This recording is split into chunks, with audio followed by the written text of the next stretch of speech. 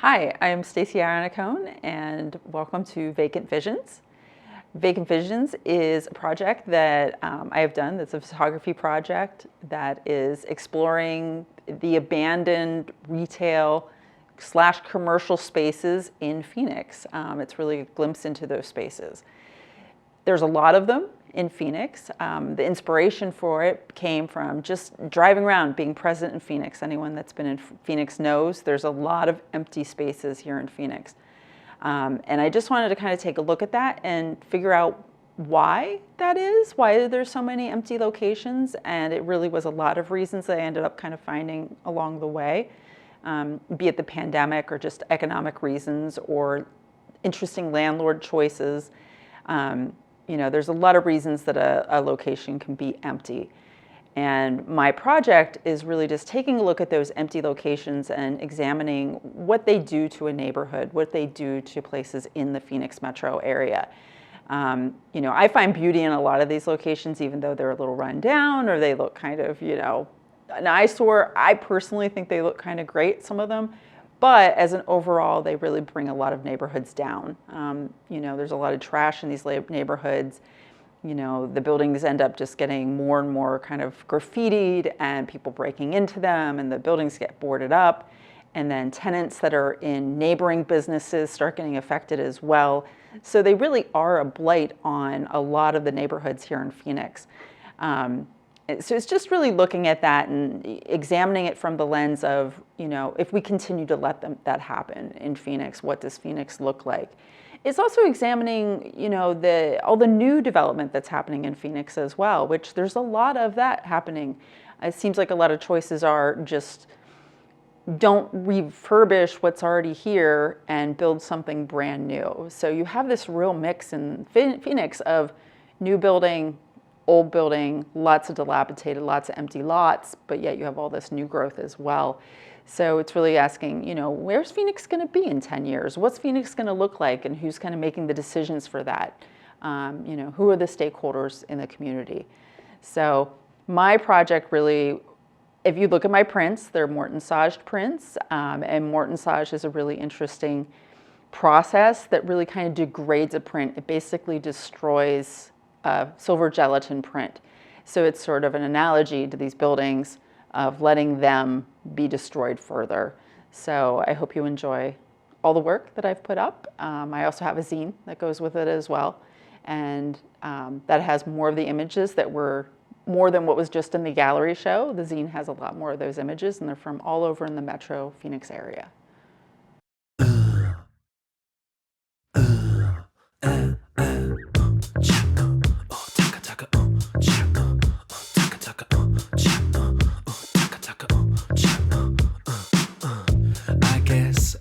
Wasn't feeling okay.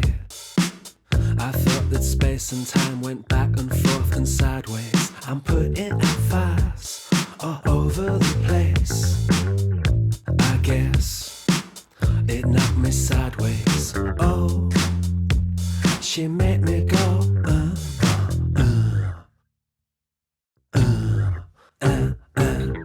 uppercase and underline. We are as prickly as a couple of porcupines. I'm putting out fires all over the place. Pick a letter lower down the alphabet. Oh, she made me go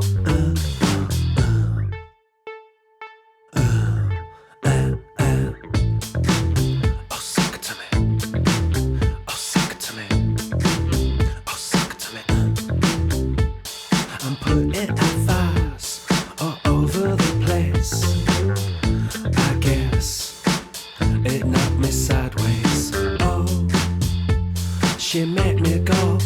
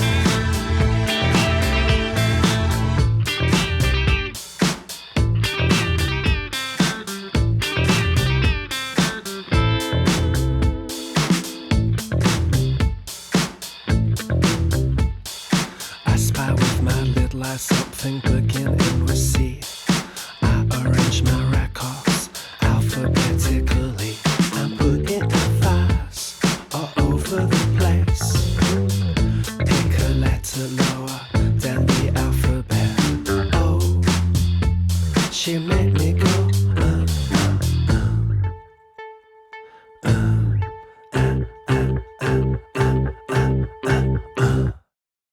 So I used a Pentax 6.7 to shoot the entire show. I also used HP5 film 120. I used that because it's very contrasty, and I knew that in the darkroom I could make it a very contrasty print. I need a contrasty print for the end process. It requires a very black-white, not a lot of in-between kind of print. So I used the HP5, it worked really well. Went along to all kinds of locations here in the Phoenix metro area. I was all the way out in Sun City, the ends of Mesa. I kind of went a little bit everywhere. There was plenty of buildings I could have shot. There was a lot that didn't actually make the cut. I chose the ones that I thought had sat there long enough. A lot of the ones that have a little bit of mystery to them of like, why has this been sitting here for so long, or what was that building at one time? So choosing was sort of a hard thing to do in the show. But I went and I had all of that shot. I had to cull through. I developed quite a bit of rolls. I developed it in the darkroom, all of it by hand. And every building that I shot probably 3-4 shots of it, just to make sure I had the right angles, to make sure I had exactly what I wanted. And then I was on to the printing process. And then I also printed here in the darkroom. I chose to print everything on RC paper. For the process that I'm using, RC paper, you can use RC or you can use fiber paper, but I chose RC for this project just because it has a slightly different effect, one that I was kind of going for a little bit more for the project. So I went with the RC and I made a ton of prints. I had quite a few because I wanted to have lots and lots of them available to me for the next part of the process, which was the Mordançage process, which is where the fun stuff happens.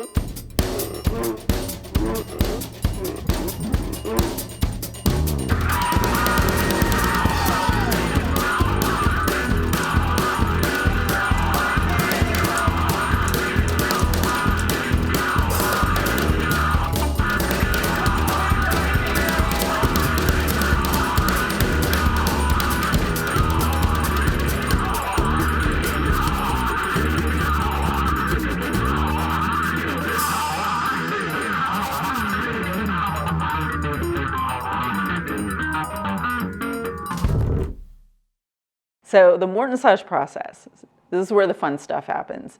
So Mordançage is basically destroying a print. That's really what you're doing, because once it's done, there's no coming back. The print is in rough shape.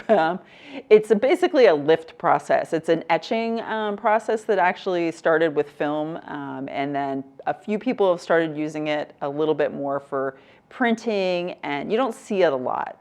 But it's really fun. What it does basically is it's lifting up the darkest parts of the print and it's layering them off. So you almost get like this lift to it, and it creates something called veils. They look like they're veiled on there, but there's a lot of manipulation that you can do on the print. That being said, everything's one of a kind. You can't control the process, which is a lot of fun. But Mordançage can get really crazy. In the lab, I do it and I have to have the fan going, I open up the doors, I have to have a respirator on, I have to have full protection on because this stuff is really strong. So it's a combination of acetic acid and copper chloride and hydrogen peroxide. And the trick with the hydrogen peroxide is that it's a 40% hydrogen peroxide, which if you've ever used hydrogen peroxide in your home, you're using a 3% in your home. So I have to get the hydrogen peroxide from chemical warehouses to actually send in, because that's what really gives the solution the oomph it needs to get that off the paper.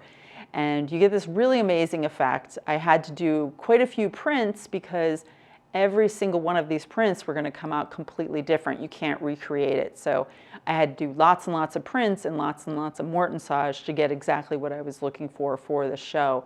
So I spent a lot of hours in the lab in the middle of summer wearing all my protective gear, making sure that I was nice and safe. I almost blew myself up only once, but I didn't, but almost.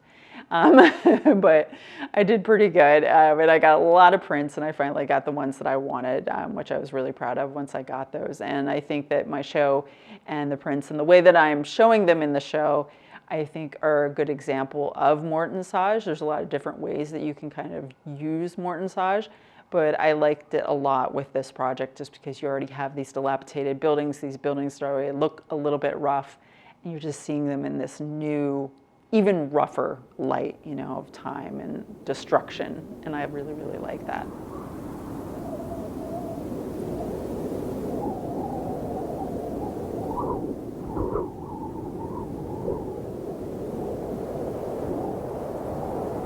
Hey Stacy, we gotta go to the show.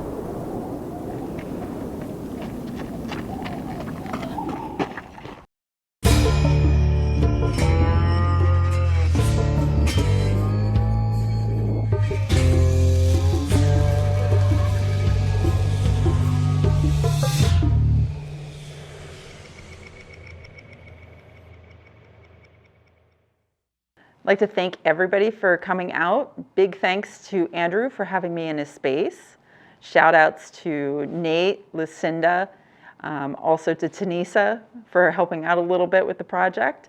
Big thanks to Daniel, my husband, for helping shoot the video. Super important part of that. And then if you really like to support the project, I do have zines available and you can pick those up. Thanks.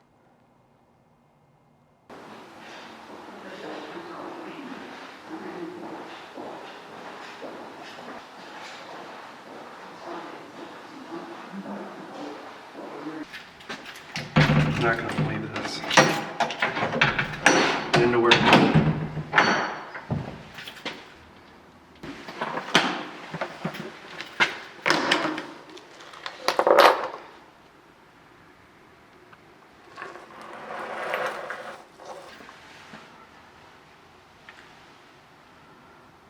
What's my name? Do I have to? You know what my name is. Stacy. You're goddamn right it is.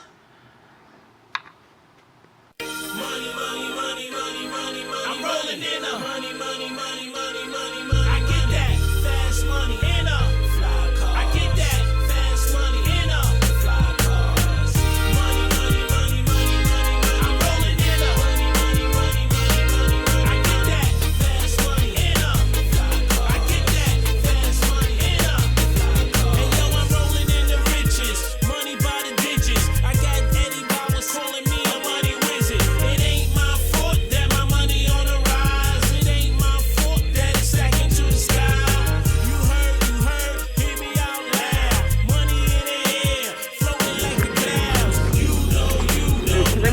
friend to be like, kind of ridiculous. And then I'll go. What are we doing today? Just flip the bird. No, it's Vacant Visions. Oh, Vacant Visions. Nice.